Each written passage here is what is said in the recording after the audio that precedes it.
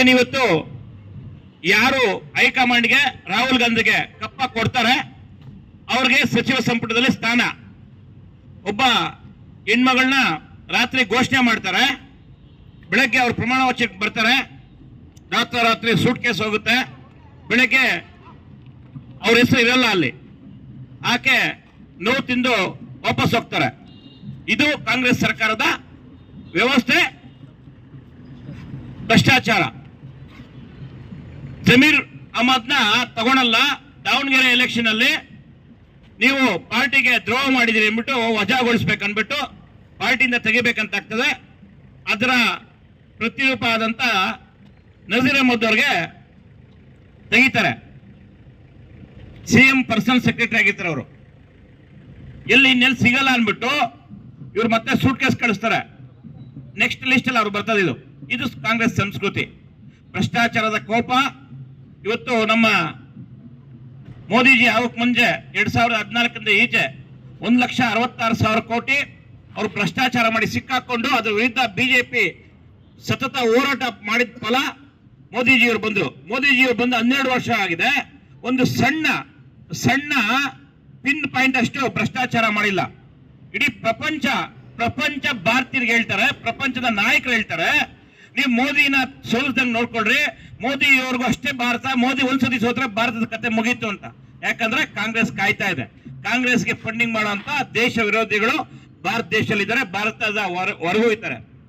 ಇವರು ಹೇಳ್ತಾರೆ ಅದಾನಿನ ಮೋದಿ ಕೊಂಡ್ಕೊಂಡ್ರಂತೆ. ನಿನ್ನೆ ಬರ್ತಾರೆ ಅದಾನಿ ಡಿ ಕೆ ಶಿವಕುಮಾರ್ ಮನೆಗೆ. ಒಬ್ಬ ರಾಹುಲ್ ಗಾಂಧಿ ಕೇಳಕ್ ಹೋದ್ರೆ ರಾಹುಲ್ ಗಾಂಧಿ ವಾಪಸ್ ಹೊಡೋಗ್ತಾರೆ. ಯಾರೊಬ್ಬ ತೀವ್ರ ಕೊಟ್ಟಿದ್ದು ಮಾತಾಡಂತ ಒಬ್ಬ ಪಪ್ಪು ಇವತ್ತು ಮೋದಿ ಬಗ್ಗೆ ಭ್ರಷ್ಟಾಚಾರದ ಬಗ್ಗೆ ನಮ್ಗೆ ಹೇಳ್ತಾರೆ. ಅವ್ರದೇ ಸರ್ಕಾರ ಇದೆ, ಒಂದು ನೀಟಲ್ಲಿ ಪ್ರಶ್ನೆ ಪತ್ರಿಕೆ ಸೋರಿಕೆ ಆಗ್ತದೆ, ಅದು ಯಾರೋ ಒಬ್ಬ ವ್ಯಕ್ತಿ ಮಾಡಿದ್ದು. ಆಯ್ತು, ಹೋರಾಟ ಮಾಡಿದ್ರು ಸಿನ್ಸಿಗಳು. ಅದನ್ನ ಗಮನದಲ್ಲಿ ಇಟ್ಕೊಂಡು ನಮ್ಮ ಸ್ನೇಹಿತ ಹೇಳ್ತಾ ಇದ್ರು, ಇಡೀ ದೇಶಕ್ಕೆ ಒಳ್ಳೆ ಎಜುಕೇಶನ್ ಸಿಸ್ಟಮ್ ತಂದವರು ಪ್ರಧಾನವರು. ಅಂತವ್ರು ಏನ್ ಮಾಡ್ತಾರೆ, ಹೋರಾಟಕ್ಕೆ ನಾವು ಮಣಿಬೇಕಪ್ಪ ಅಂದ್ಬಿಟ್ಟು ರಾಜೀನಾಮೆ ಕೊಡ್ತಾರೆ. ಭ್ರಷ್ಟಾಚಾರ ಮಾಡಿ ಇಂದಿನ ಸಿಎಂ ನೀವು ಕರೆಕ್ಟ್ ಮಾಡೋದಂದ್ಬಿಟ್ಟು ಅವ್ರನ್ನ ರಾಜೀನಾಮೆ ತಗೊಂತಾರೆ, ಮತ್ತೆ ಜೈಲ್ಗೆ ಹೋಗಿ ಬರ್ತಾರೆ.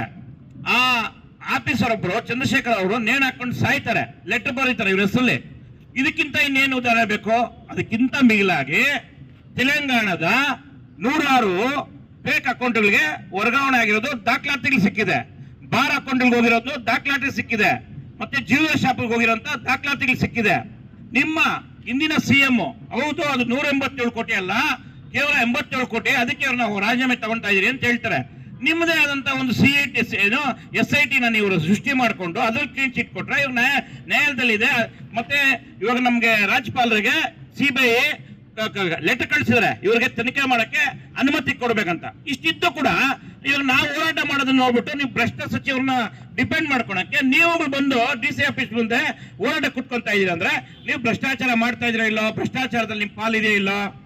ನೀವಿಂತಷ್ಟು ಕಪ್ಪ ಹೈಕಮಾಂಡ್ ಕೊಡ್ಬೇಕು. ಯಾಕಂದ್ರೆ 23 ಸ್ಟೇಟ್ಗಳಲ್ಲಿ ಬಿಜೆಪಿ NDA ಪಕ್ಷ ಆಳ್ತಲ್ಲಿದೆ.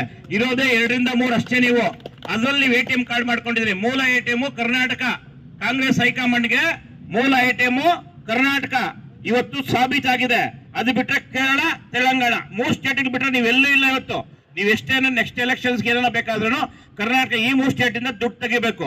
ಅದಕ್ಕೆ ರಾಹುಲ್ ಗಾಂಧಿ ಕರ್ನಾಟಕದ ಹೋಗಿ ನೀವು ಸೆಷನ್ ಅಲ್ಲಿ ಕುತ್ಕೊಂಡು ಮಾತಾಡ್ತೀಯ. ನಿಮ್ಮದು ಏನಾಗಿದೆ ಕಾಂಗ್ರೆಸ್ ಕರ್ನಾಟಕದಲ್ಲಿ?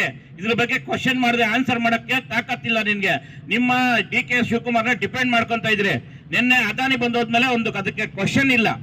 ಆ ಕಾರಣಕ್ಕೆ ಇವತ್ತು ಎಲ್ಲಾ ಕ್ಷೇತ್ರದಲ್ಲಿ ಇವತ್ತು ಕೋಲಾರದಿಂದ ಹಿಡಿದು ಏನು ನಮ್ಮ ನಾರ್ತ್ ಕರ್ನಾಟಕದಿಂದ ಕೋಲಾರ ಗಡಿ ಭಾಗ ಮುಳುಬಾಗಲದವರೆಗೂ ನಿಮ್ಗೆ ಇಂತಷ್ಟು ಕೊಟ್ರೆ, ಮತ್ತೆ ಇನ್ನೊಂದು ನಿಮ್ಮ DK ಶಿವಕುಮಾರ್ಗೆ ಏನಾಗಿದೆ ಪಟ್ಟಿ ಬಂದ್ಬಿಟ್ಟಿದೆ, ಹಣೆ ಪಟ್ಟಿ.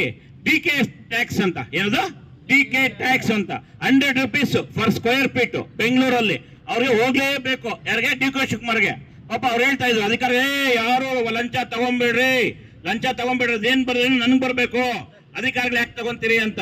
ಪಾಪ ಅಧಿಕಾರಿಗಳ ಮೇಲೆ ನೀವು ಹೇಳಿದ್ರೆ ಅಧಿಕಾರಿಗಳು ಎಲ್ಲಾ ರೀತಿ ಒಳ್ಳೆಯವರಿದ್ರೆ ಕೆಟ್ಟವರಿದ್ರೆ ನೀವು ಫಸ್ಟ್ ನಿಮ್ಮ ಕೈ ಹಸ್ತನ ಸ್ವಚ್ಛ ಮಾಡ್ಕೊಂಡು ಬೇರೆಯವ್ರಿಗೆ ಹೇಳಿದ್ರೆ ಒಳ್ಳೇದು.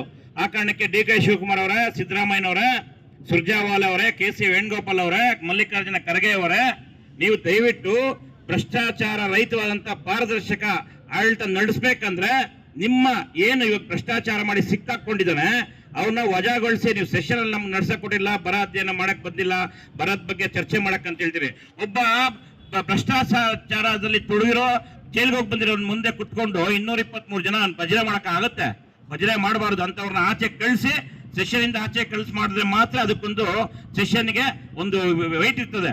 ಒಳ್ಳೆ ಮೇಧಾವಿಗಳು ಬಂದು ಕೂತ್ಕೊಂಡಿರುವಂತ ಸೆಷನ್ ಅಲ್ಲಿ ಭ್ರಷ್ಟಾಚಾರದ ಏನು ವ್ಯವಸ್ಥೆಯಲ್ಲಿ ತುಳಿದಿರೋರು ನೀವು ಕರ್ಕೊಂಡ್ಬಂದು ಮಾತಾಡ್ತೀವಿ ಅಂತ ಹೇಳ್ತೀವಿ. ಮತ್ತೆ ಇನ್ನೊಬ್ರು ಹೇಳ್ತಾರೆ, ನಮ್ಮ ಪ್ರಿಯಾಂಕಾ ಖರ್ಗೆ. ನಮ್ಮ ಸುರೇಶ್ ಹೇಳಕ್ ಬಂದಿಲ್ಲ, ಪ್ರಿಯಾಂಕಾ ಹೆಸರು ಅದು ಸೋನಿಯಾ ಗಾಂಧಿ ಪುತ್ರಿ ಪ್ರಿಯಾಂಕಾ ಹೆಸರಿಟ್ಕೊಂಡಿರೋದು. ಯಾಕಂದ್ರೆ ಇವ್ರನ್ನ ಮನೆಯೊಳಗೆ ಬಿಟ್ಕೊಳಲ್ಲ. ನೀವ್ ಅನ್ಕೊಂಡಿದ್ದೀರಿ ಮನೆಯೊಳಗೆ ಯಾರು ಬಿಡಲ್ಲ. ಹರಿಪ್ರಸಾದ್ ಅವ್ರನ್ನ ನನ್ನ ಮನೊಂದು ನಿಮ್ಮ ಒಂದು ಮೀಡಿಯಾದಲ್ಲೇ ಸೋಷಿಯಲ್ ಮೀಡಿಯಾ ನೋಡ್ತಾ ಇದ್ದೆ. ಅವಾಗ ರಾಜೀವ್ ಗಾಂಧಿ ಬಂದ್ರೆ ಅವ್ರೆರಡು ಸೂಟ್ ಕೇಸ್ ಎತ್ಕೊಂಡ್ಬರ್ತಾವ್ರೆ. ಕರೆಕ್ಟ್, ನಿಮ್ಮನ್ನ ನೋಡಿದೆ. ಹರಿಪ್ರಸಾದ್ ಅವರು ಇವ್ರಿಗೆಲ್ಲ ಏನ್ ಗೊತ್ತಾ, ಬಿಜೆಪಿ RSS ಹಿಂದುತ್ವ ವಿರುದ್ಧ ಮಾತಾಡಿದ್ರೆ ಮಾತ್ರ ಸೋನಿಯಾ ಗಾಂಧಿ ಮನೆಗೆಲ್ಲ ಎಂಟ್ರಿ, ಗೇಟ್ಗೆ ಎಂಟ್ರಿ ಅಷ್ಟೇ. ಇವ್ರಿಗೆ ಮನೆಯಲ್ಲಿ ಬಿಟ್ಕೊಂಡು ನೀವು ಯಾರು ತಪ್ಪು ತಿಳ್ಕೊಂಬೇಡ್ರಿ. ಇವ್ರಿಗೆಲ್ಲ ಹಿಂದುತ್ವ ವಿರುದ್ಧ ಮಾತಾಡಬೇಕು, RSS ವಿರುದ್ಧ ಮಾತಾಡಬೇಕು. ಬಿಜೆಪಿ ವಿರುದ್ಧ ಮಾತಾಡಿದ್ರೆ ಅದನ್ನ ಗೇಟ್ ಹೋಗಿ ಬಿಡ್ತಾರೆ, ಇಲ್ಲಾಂದ್ರೆ ಅಲ್ಲಿಗೂ ಇರಲ್ಲ, ಅವ್ರಿಗೆ ನೋ ಎಂಟ್ರಿ ಕಳಿಸ್ತಾರೆ ವಾಪಸ್ಸು. ಈ ತರ ಮಾಡಿ ಹೇಳ್ದ ನಮ್ಮ ಸ್ನೇಹಿತ, ಒಳ್ಳೆ ಯುವಕ ಹೇಳ್ದ, ಹತ್ತಿರ ಬಿಟ್ಕೊಂಡ 7 ಸತಿ 8 ಸತಿ ಗೆದ್ದಿರೋರ್ನ ಇವರು ಮಾಡಿಲ್ಲ, ಅವ್ರನ್ನ ತಿಳಿದು 1 ಸತಿ ಗೆದ್ದೆ. ಯಾಕಂದ್ರೆ ಅವರು ಹಿಂದುತ್ವ ವಿರೋಧಿಗಳು. ಆ ಕಾರಣಕ್ಕೆ ಪ್ರಿಯಾಂಕಾ ಖರ್ಗೆ ಇನ್ನ ಡಿಗ್ರಿನೇ ಕಂಪ್ಲೀಟ್ ಆಗಿಲ್ಲ. ಯಾಕೆ ಹೋಮ್ ಮಿನಿಸ್ಟರ್ ಕೊಡ್ತಾರೆ ಅವರು 24 ಗಂಟೆ ಅವ್ರು ಹೇಳ್ಬಿಟ್ಟಿದಾರಂತೆ. ಯಾರು? ರಾಹುಲ್ ಗಾಂಧಿ, ನೀ ಏನೋ ಮಾಡು, ಸೊ ಇದು ಬಿಜೆಪಿ ವಿರುದ್ಧ RSS ವಿರುದ್ಧ ಮಾತಾಡ್ತಾ ಇರು ಅಂತ. RSS ನೋಂದಣಿ ಆಗಿಲ್ಲ ಅಂತಾರೆ. 1947 ಅಲ್ಲಿ ನಮ್ಮ ದೇಶಕ್ಕೆ ಸ್ವಾತಂತ್ರ್ಯ ಬಂದಿದ್ದು. 1925ರಲ್ಲಿ RSS ಸ್ಥಾಪನೆ ಆಗಿದ್ದು. ಅರ್ಥ ಆಯ್ತಾ? ಅದಕ್ಕೆ ಆ ಕಾಲದಲ್ಲಿ ಬ್ರಿಟಿಷ್ ಅವರು ಆಳ್ಕೆ ಇತ್ತು. ನಾವು ಹಿಂದೂಗಳನ್ನ ಒಗ್ಗೂಡಿಸ್ಬೇಕು, ದೇಶದ ವಿರುದ್ಧ ಮಾತನಾಡೋರ್ನ ನಾವು ಹಿಂದೂಗಳಾಗಿ ಪರಿವರ್ತನೆ ಮಾಡಿ ದೇಶ ವಿರೋಧಿಗಳ ಮಟ್ಟ ಆಗ್ಬೇಕು ಅಂದ್ಬಿಟ್ಟು ಉಟ್ಕೊಂಡಿದ್ದ ಒಂದು ಸಂಘಟನೆ ಅದು RSS, ರಾಷ್ಟ್ರೀಯ ಸ್ವಯಂ ಸೇವಕ ಸಂಘ. ಆ ಕಾರಣಕ್ಕೆ ಪ್ರಿಯಾಂಕಾ ಖರ್ಗೆ ಅವರೇ ಮಾತಲ್ಲಿ ಹಿಡಿತಾ ಇರಲಿ. ಹೋಮ್ ಮಿನಿಸ್ಟರ್ ಒಂದು ಚಿಕ್ಕದಾದಂಥ ಪದವಿ ಅಲ್ಲ, ದೊಡ್ಡ ಪದವಿ. ಎಲ್ಲರಿಗೂ ಕಾನೂನು ರೀತಿಯಲ್ಲಿ ಸಮಾನ ಅವಕಾಶ ಕೊಡಬೇಕು, ರಕ್ಷಣೆ ಕೊಡಬೇಕು. ಅದು ಬಿಟ್ಬಿಟ್ಟು ನೀವು RSS ಬಗ್ಗೆ ಮಾತಾಡೋದಂದ್ರೆ ಈಗಾಗಲೇ ನಿಮ್ಗೆ ಎಲ್ಲ ರೀತಿ ಗೊತ್ತಾಗಿದೆ. RSS ನಿಮ್ಮ ನೆಹರು ಕೂಡ ನಮ್ಮ RSS ಜಾಗದಲ್ಲಿ ಬಂದು ಓಡಾಡ್ಕೊಂಡು ಹೋಗಿದ್ದಾರೆ. ನಿಮ್ಮ ತಾಯಿ, ನಿಮ್ಮ ಯಾರು ರಾಹುಲ್ ಗಾಂಧಿ ಅವರ ಅಜ್ಜಿ ಇಂದಿರಾ ಗಾಂಧಿ ಇದು ಏನು ಎಮರ್ಜೆನ್ಸಿ ಏರಿದಾಗ ಇದನ್ನ ನಿರ್ಮೂಲನೆ ಮಾಡಬೇಕು, ಇದನ್ನ ನಿಲ್ಲಿಸ್ಬೇಕಂತ ಹೋದ್ರೆಲ್ಲ ನಿರ್ಣಯ ಆಗ್ಬಿಟ್ರು. ಅದು ಇವತ್ತು 101 ವರ್ಷ ಆದರೆ ಕೂಡ RSS ಇಡೀ ಪ್ರಪಂಚದಲ್ಲಿ RSS ಭದ್ರವಾಗಿ ನಮ್ಮಂತ ಇಲ್ಲಿರೋ ಕೂತಿರೋರು 90% RSS ಸ್ವಯಂ ಬೇಕಾಗಿದ್ದಾರೆ. ಆ ಕಾರಣಕ್ಕೆ ನೀವು RSS ಅಂದ್ರೆ ಈಗ ದಿವಸ ಶಾಖೆಗೆ ಹೋಗ್ಬರೋರಲ್ಲ. ನಾವೆಲ್ಲ ಬೆಳಿಗ್ಗೆ ಶಾಖೆ ಹೋಗ್ಬಿಟ್ಟು ಇಲ್ಲಿ ಕೂತಿರೋ ಪ್ರತಿಯೊಬ್ಬನು RSS ಸ್ವಯಂ ಸೇವಕನೇ. ಆ ಕಾರಣಕ್ಕೆ RSS ನಿರ್ಮೂಲನೆ ಮಾಡೋದು, ನಿಮಗೆ ನೀವು ತಲೆ ಮೇಲೆ ಮಣ್ಣು ಹಾಕೋದು ಎರಡೂ ಒಂದೇ. ಆ ಕಾರಣಕ್ಕೆ ಫಸ್ಟ್ ನೀವು ರಾಜೇಂದ್ರವ್ರನ್ನ ಇವತ್ತು ರಾಜೀನಾಮೆ ಕೊಡಿಸಿ ನಿಮ್ಮ ಒಂದು ಅಧಿಕಾರನ ಮುಕ್ತಿಗೊಳಿಸಿ, ಇಲ್ಲಾಂದ್ರೆ ಕಷ್ಟ ಆಗ್ತದೆ. ಧನ್ಯವಾದ.